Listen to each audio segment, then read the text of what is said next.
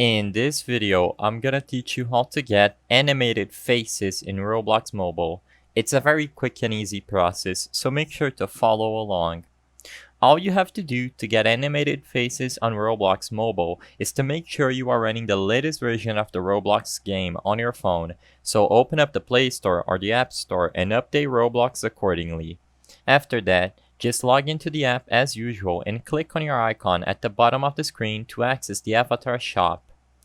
To find the animated faces that are completely free to use, just use the search function at the top right corner of the screen and look for chiseled good looks.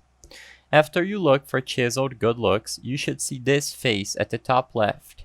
As you can see, it's free, and as soon as you click on it, your character will now equip and preview the animated face you can get for free. This is how it looks. It blinks and it looks around while also turning its mouth sometimes.